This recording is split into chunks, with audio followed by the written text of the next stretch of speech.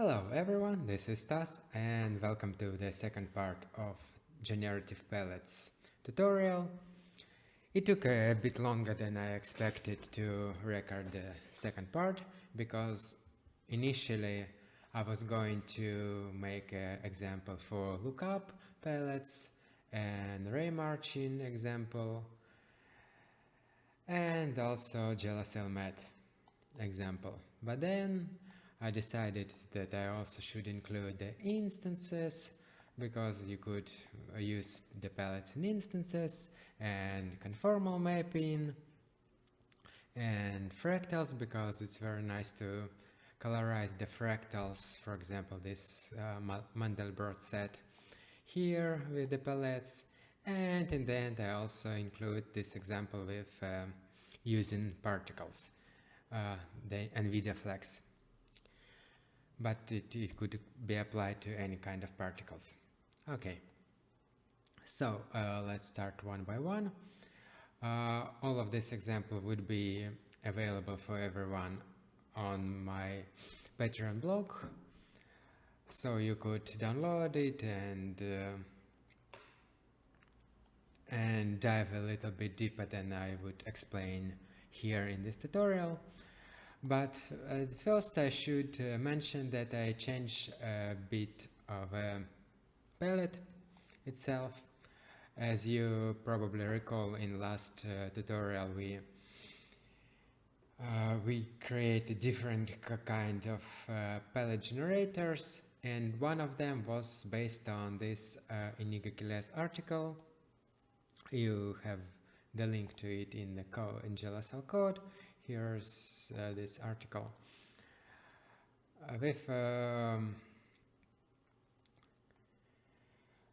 based on the cosines, but a little bit filtered cosines, which also is a development of his earlier idea of generative palettes from here. So anyway, in the last tutorial, here in the code we also have a uniform for A0, and A0 in the most cases was 0.5, 0.5, 0.5, 0.5. So and this is a very good number to start because it's good to start with just a medium gray color, so 0.5 on every channel, and then to build the palette upon this color. So I decided to just put it right here and not to put it here in the uniforms, but if you want you could put it back. And this would be a basic example for every palette here. Just a super short. If you don't remember, here we took some variable. In this case is horizontal position of a pixel, and use this horizontal position of a pixel to generate a color. So here the variable t is based on this horizontal position multiplied by frequency, and this is u time. I leave the same name as we have in last tutorial, but maybe it would be better to call it U shift because it's just shifting. If I just stop it here, all it's do is just shifting the palette in one and another direction. So we could start with any color we want. So it's not something about time, it's about position. And the frequency is how much repetition we have in one unit of a t. And then we generate a palette. More about this in the first part of the tutorial, and output it. So all examples built on this, and mostly what we change is instead of this horizontal position of a pixel, we took something different. So let's first start with Lookup. I showed it a little bit in the first part, but let's dive a little bit. Let's explore it in a little bit more details. So here I have just a regular noise and the second noise to make it looks a little bit more interesting. And this is a 32 bits float mono. The code is the same, and if we dive inside, here I have this. So at my first input, this noise, or it could be anything else. It could be a camera, it could be Kinect depth image, it could be whatever you want. And we took a texture as I don't know why here is a green input, not sure, it should be red. Yeah, it's the same.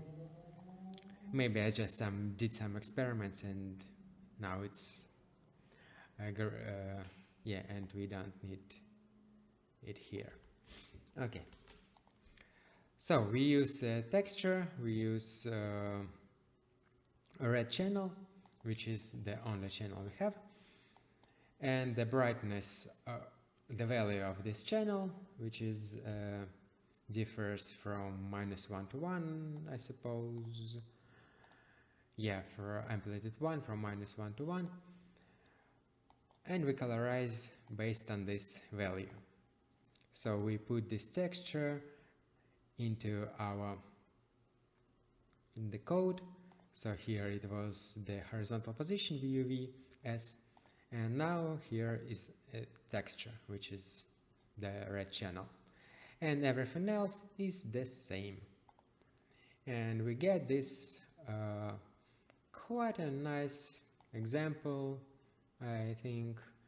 And what's good about this, if you just make for example, the ramp, some simple ramp, like going from here to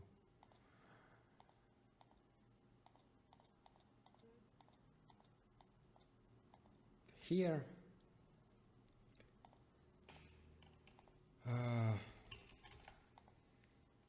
So if we will use the normal lookup top, the difference would be is that everything below 0 would be in one color, and here it's colorized much more, in much more details, which is nice, I guess.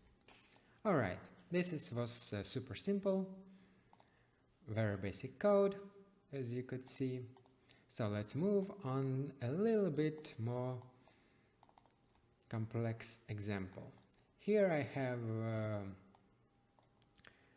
it's not an optimal solution to generate instances these days with jobs. It's more like an old school approach. These days it would be better to do it in tops, but since we're not talking about optimization here, we're talking about colors. So here's I generate X, Y, and Z channels. Also I generate scale and rotation, and I get this rotating hexagons. So for instances, all we need to do is to use just the same code as we have here, nothing else.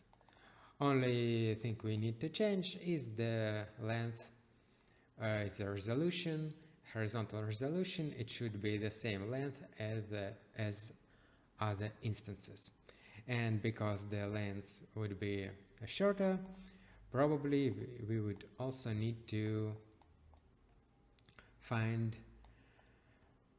tweak the frequency to find what we like to have. Maybe we would like to make it more colorized, or maybe less colorized, so the less ramp.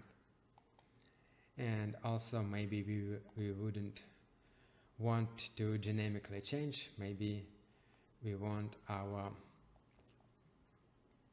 background always be orange and the foreground, the closest part always gray, or vice versa.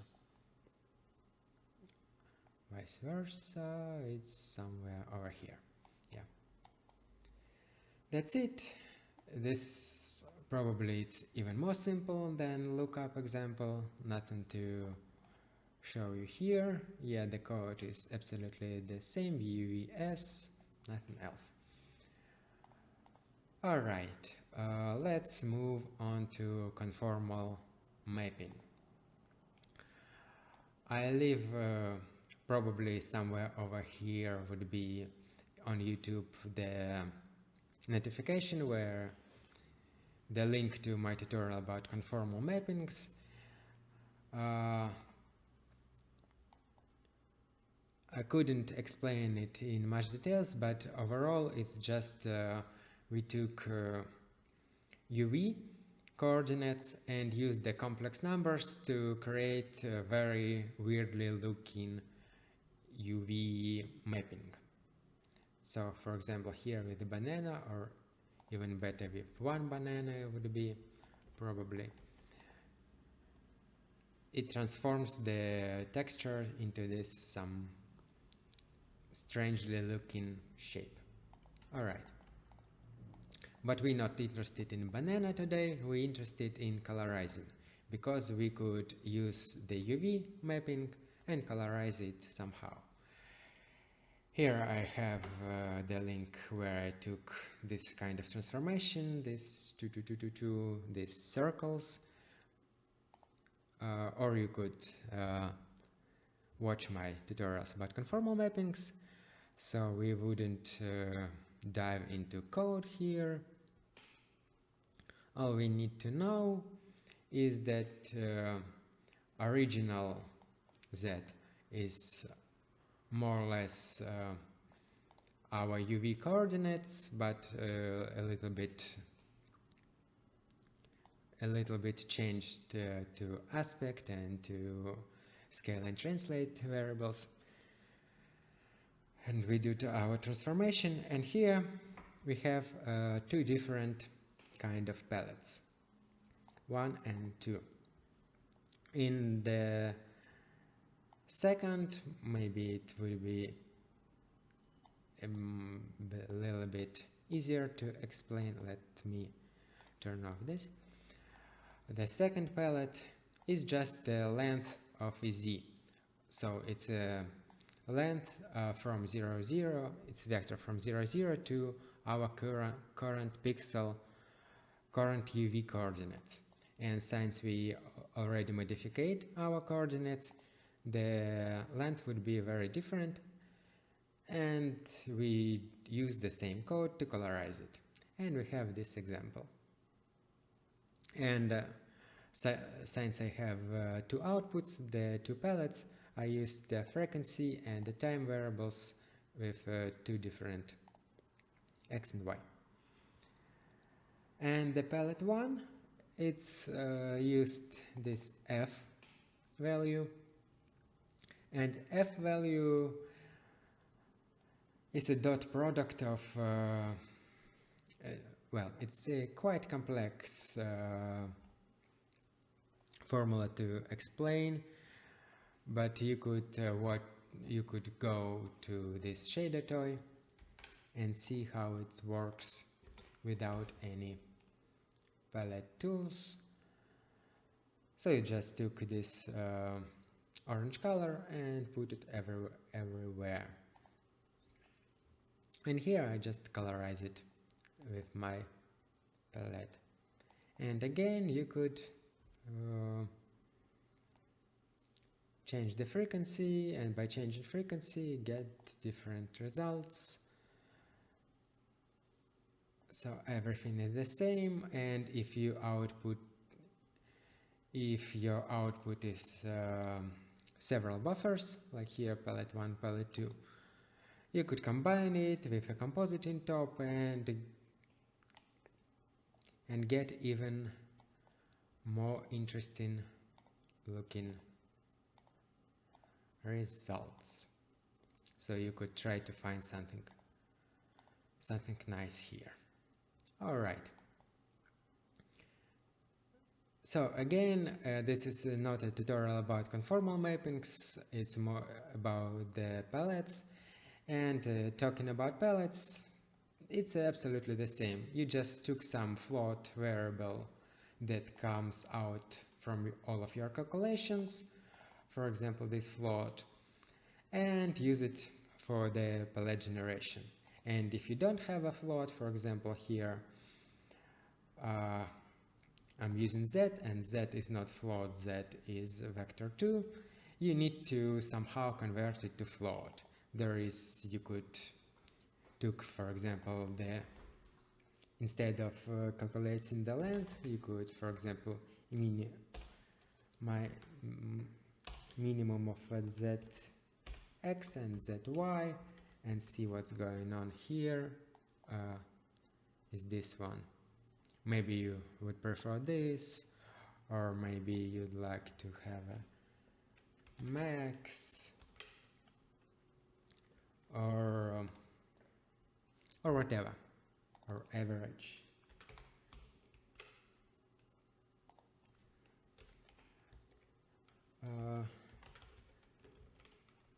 Okay, I don't remember what is the function for averaging.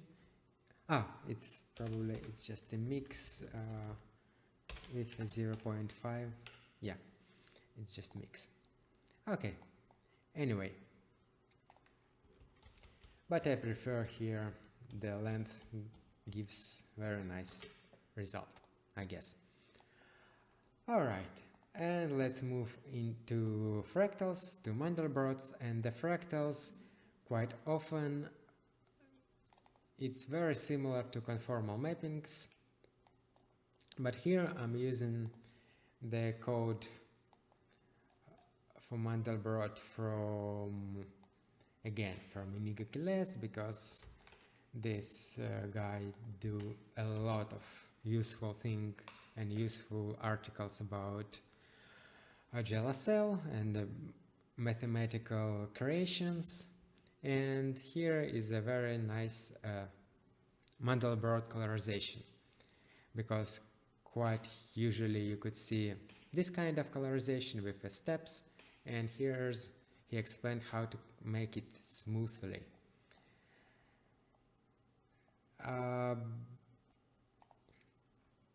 But I adapted this code to make it use again the same palette function. So here we have a Mandelbrot. We wouldn't dive into Mandelbrot set. You could read it here, how it's generated. And in the end, here we have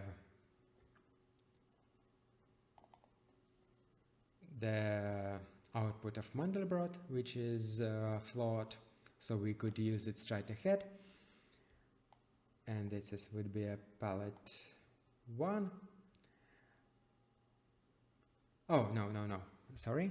The palette 1 is an example. It probably comes from Inigo GLSL, where the formula for colorization is built inside the code, and the palette 2 is our already familiar 2 lines with the same as here and here and here, so everything is the same. So this is a palette 2, which looks a little bit different in the first glance, but if you adjust the frequency, it could be, we need to go slower. It could be almost the same as here. We just need to make a little bit more of adjustment. And what I like about Mandelbrots is that depending on the frequency, depending on how fast the colors is changing, you could have either this kind of look, or if you increase the number of the frequency, it would be like this kind of fractal pillars or fractal columns, I don't know how to call it. And the same here. Here's the one kind of, it's a more familiar fractal look, or if you increase, you get these pillars. And whoa, it's too much.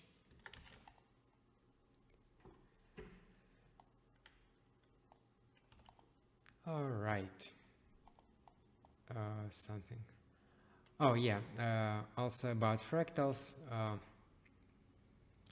When we, since we in the fractals we zoom in from the wide perspective, we zoom and zoom and zoom and zoom and zoom and zoom and zoom, a lot of zooming. In the end, we got this messy picture.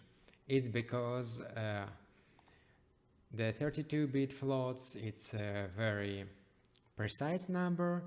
It's the number stored in 32 bits, but still, if we zoom in, at some point, the calculation error would be resulting in this ugly image. So probably you should exit from the loop somewhere over here and then go back to the starting points. Or there are different kind of workarounds from this problem. If you're interested in it, you should read more about fractals and about how to calculate the zooming into fractals. There are several approaches, but again, it's not a topic for today, and for palettes, probably I explained everything that you need to know. And of course, it works not only with Mandelbrot. The same approach would work with different kind of fractals. Or you could zoom into some different points.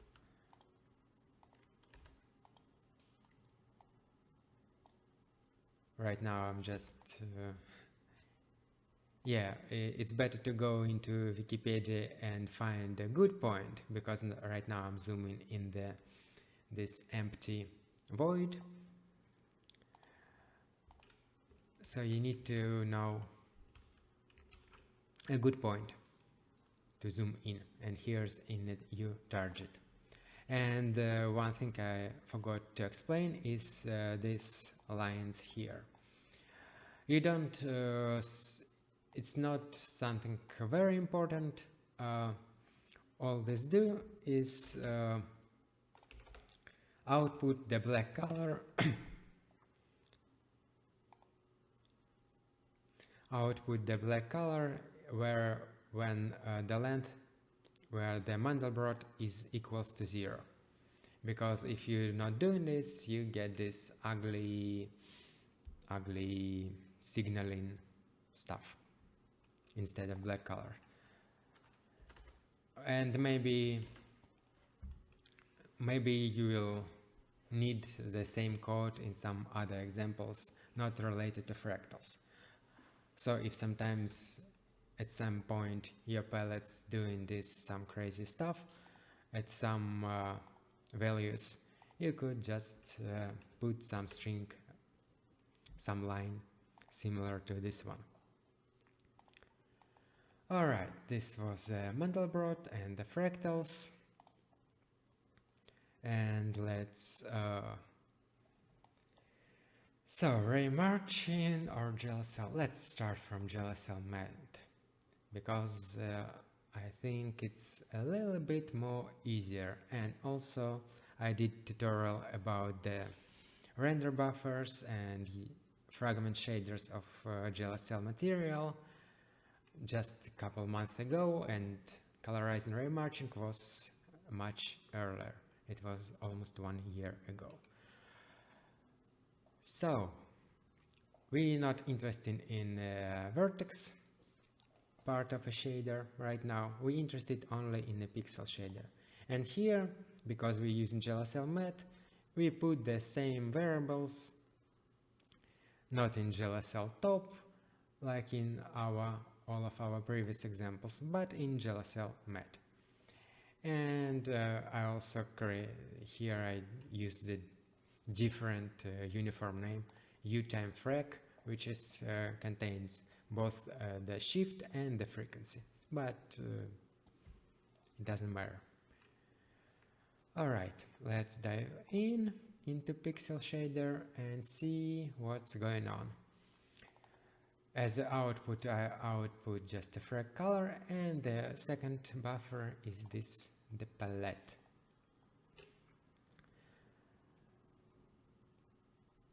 So by default, the output looks like this. So let's leave it like here. And for the palette, we took, for example, let's start from something a little bit more easier. For example, here the touch designer calculated for us the diffuse color, the whole diffuse color based on our lighting, our diffuse color here, and normal mapping and everything. So touch designer calculated diffuse sum and store it in this variable, and diffuse sum is vector 3. And another example how we could go from vector 3 or vector 2 or vector 4 to float is to take a dot product. And it could be also very easy way to convert something to a grayscale image based on luminance, because luminance is not the same as brightness, and one of the simplest and most common formula use these precise values 0.3, 0.59 and 11 for calculating luminance, and then we calculate our diffuse sum in grayscale and use this diffusing for outputting our palettes. And here what we have, here is our example, and of course you could set the frequency.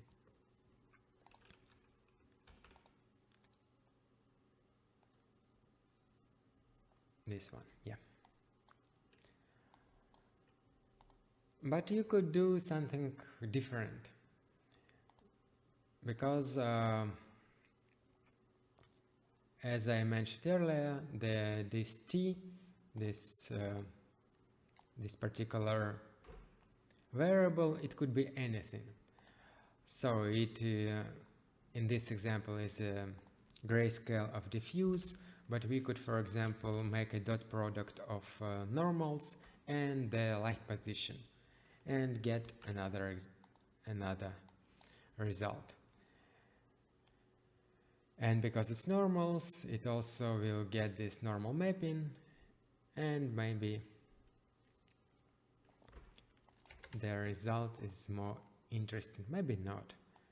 It depends on you. Or you could, for example, calculate the length of normals, or length from, I don't know, the distance from camera to the surface point, or anything. So put in this variable anything you want. Just try different stuff. Let me try, for example, here t equals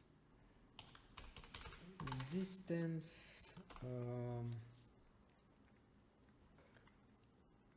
distance from, I don't know,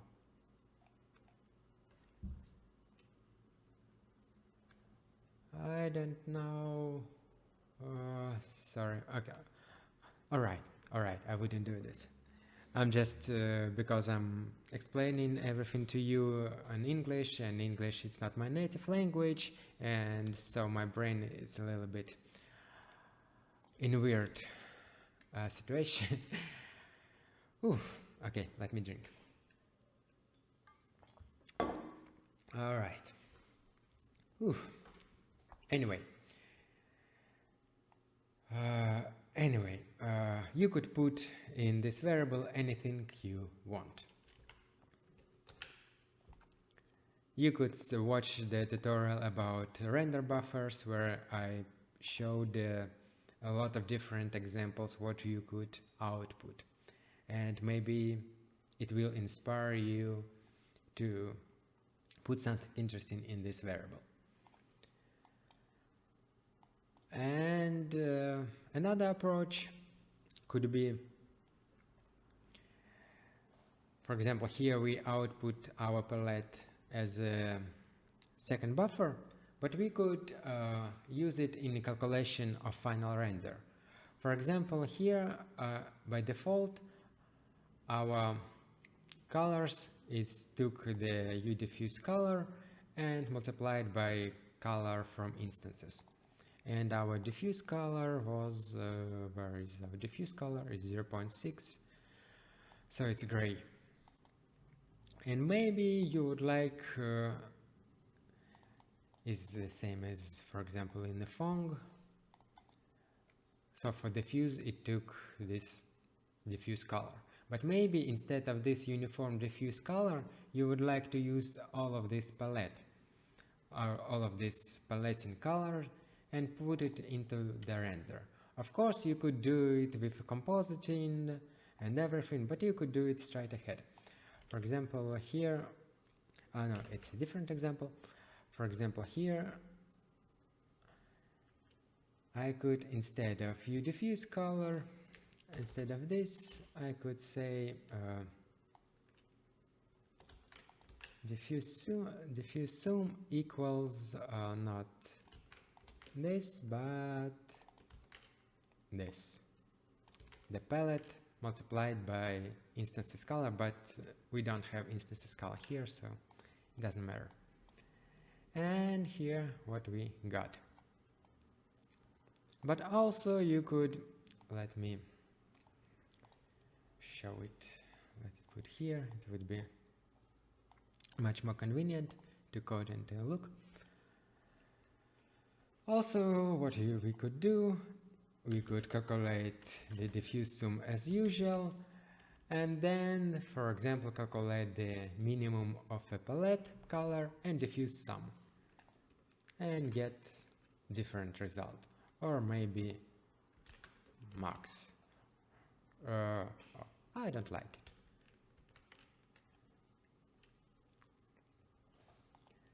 And you could try to put here any other function from GLSL, or write your own function if you want to. Okay, this is how to use the palettes inside GLSL MAT. And let's move on into even more complex example, which is Raymarching. And I have 3 tutorials about Raymarching. If you don't understand what's going on here, you should definitely see all of those. Probably it's 5 hours long, so it will took a long time, but sorry, Raymarching is a totally different thing by its own. And this is a geroid geometry from Raymarching tutorials part 3, I suppose, and by default the output was looking like this gold nugget geroid, and with using palette we output like this. And because we have a lot of variables for Raymarching, we have these palettes in the very end. And for Raymarching, first of all, you could use the same principles as before, the easy one. For example, in Raymarching, you could take a distance to the point and use it as a t, and you get this result. Let me again put it somewhere over here. All right. Very simple. It's the same as before. Or you could, for example, we have a function for calculating ambient occlusion, which is like kind of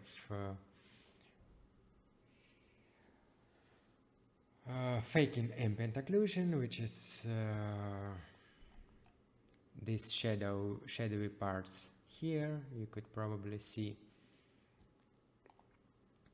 And the function for calculating ambient occlusion output for us a float number, so we get some float, and because it's float we could put it into the palette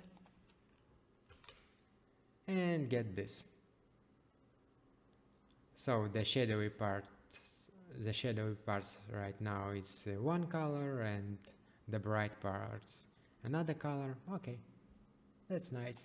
Or you could do some totally crazy, like a length of a color. The length usually used to calculate the distance from 0 of coordinates to some point.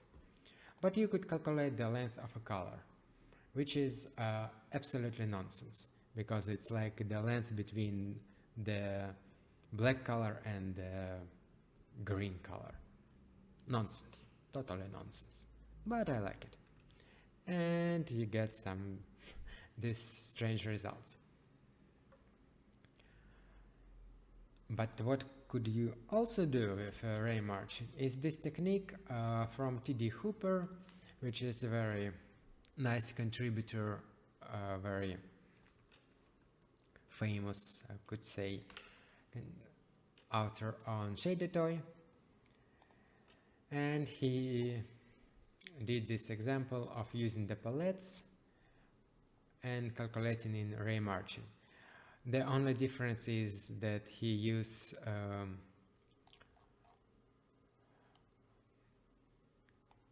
this palette from the earlier example, from the earlier article, so it was this kind, probably this kind of a palette.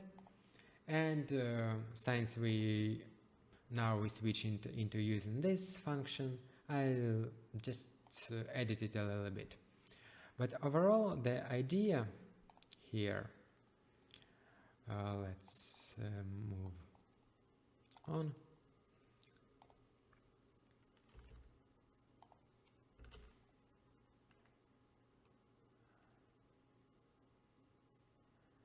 So let me uncomment this. Yeah, and we get this nice bright looking stuff. The idea here is that we probably, I don't need this. Yeah, forgot to delete this line. Okay, the idea is that in Raymarching we calculate the distance in steps. So that's why it calls Raymarching. And I couldn't explain it in much details because it's very long, and it was explained in the first part of Raymarching tutorial. But overall, the Raymarching calculations is based on a lot of steps, which goes smaller and smaller and smaller and smaller and smaller. And the tdhooper idea was to add a little bit of color every step, and add it or multiply it every time. So, and we have 300 steps, and every step we add a little bit of color, and in the end we have our calculated colors. And here is our output. And interesting thing about it is that if we want only output this, we don't need the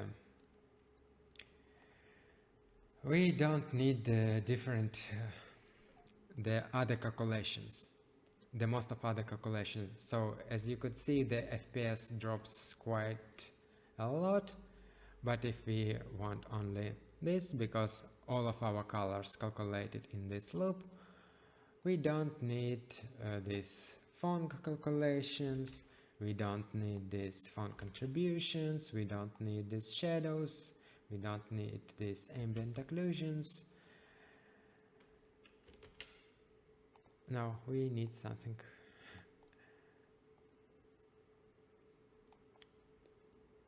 Oh, yeah, and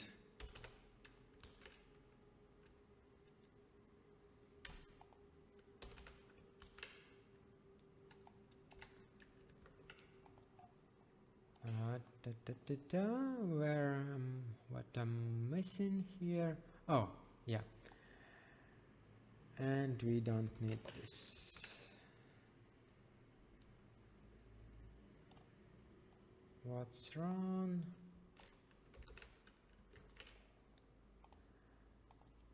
Let me 3.1, 3.1. Okay, so we don't need all of that code, and our FPS is still a little bit lower, a little bit low, but better. But we don't have this the gold nugget droid as we have before. So it's a code if you only want to colorize our Raymarching with this palette. And as you can see, the colors is a lot of colors. It's much more colors than we have before. And this is also because here I'm using code from this example, where here we have a little blue greenish tint and another purple glow and everything, and I just put it here, so we not only using these colors but also multiplying with this one. Probably if I delete this, it would be much closer to our initial from blue to red. Well, we still have some different colors. Maybe it's from here and here. Anyway, you could also experiment with this code, and I did it quite a lot recently on my Instagram, so you could see the stuff from there, because this translucent semi-transparent colorization is, I don't know, I like it. Alright, all I wanted to explain to you is how to put this tdhooper code to our Raymarching setup that I have in my tutorials that I did before. Alright, let me move everything back as it was. Alright. And the last example is, actually it's a simple one, is a flex. The flex solver is basically, it's not a particles, but it's kind of particles, because the outputs here, it's very similar to outputs if you calculate particles on GPU. For example, if you go into palette, took GPU particles,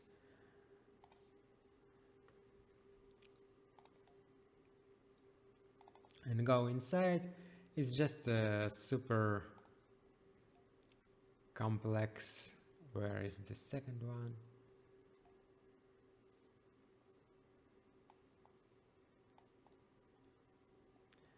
Okay, anyway, it's oh, here it is. It's a super complicated stuff, and it's hard to understand what is the data flow, how everything goes, because it goes in a lot of directions, and it's messy. But overall, the idea is the same, is we calculate difference properties for particles and store it in buffers, in different tops. And in the Flex solver, we also have the particles positions and the particle velocity in our case that store in top. And you could took some of this output, the position, velocity, anisotropy, density, and so on, and use it to colorize the particles. Because the good thing about it is the number of pixels here is the same as the number of particles. So you could just put it into instance page of your actors for your rendering. The code is the same, but what I wanted to show you here is sometimes with particles and render buffers and maybe compute shaders, sometimes you get, for example, here I get just a 32-bit float. So it's just a texture, and I use G coordinate, so it's the G is the same as Y. And so I use the velocity of Y position, of a vertical position, to colorize. So if I understood correctly what is calculated in velocity, depending on how fast the particle moves in vertical directions would be depend our colors. And it looks like this, because here the particles mostly moves in horizontal directions, and here when it falls, or here when it burps back, it colorized. But what you could do is, for example, you could choose, instead of velocity, you could choose density. And with density, let me again put it somewhere over here. You could choose density, and density is 32-bit float mono.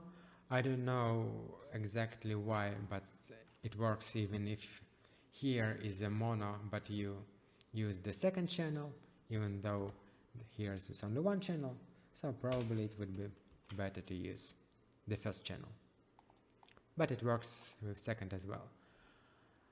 All you need to do is to change the frequency, and you have the colorization based on density. At first I thought it's a good idea, but I don't like the messy look of it, so then I switch to velocity. But in some situation, maybe the density based colorization could look great.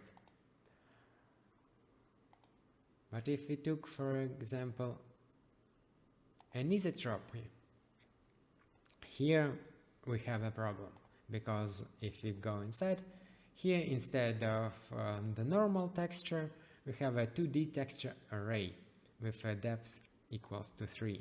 And in this kind of situation, what we need to do is, instead of our familiar function of a texture, what we need to use is another function, is text2D array, and the input would be called std2d array inputs. And because it's a texture with a depth, we need not only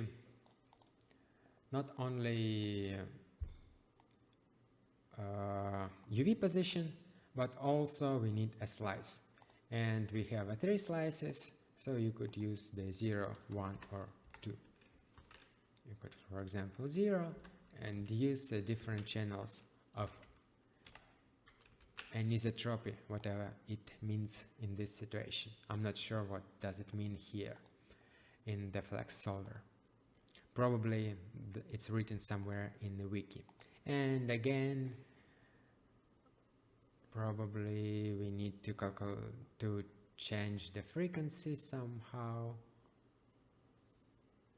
But maybe anisotropy, it's not a good decision to colorize particles based on this anisotropy. Okay. So let's move back to velocity. Velocity on y-axis, and here we have,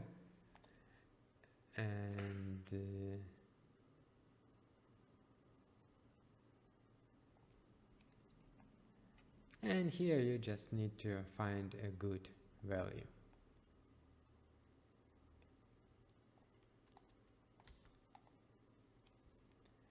And maybe also shift a bit to find alright, let's make it different colors, not like before. Okay, this is how to colorize, to use generative palettes to colorize the particles. And you could use the code from coral noise, from the GPU particles, or even with normal particles you could, for example, output the lifetime of your particles and use the lifetime of a particles to colorize it with a very same technique. And most importantly, the code for the colorization, it's again the same code. And probably there is a lot of the dozens of different examples how you could use the same 2 lines of code to colorize something different. And that's it for today. See you next time, and you could take all of these examples and dive into code on my Patreon page, and the post would be available for everyone, so just follow the link in the descriptions.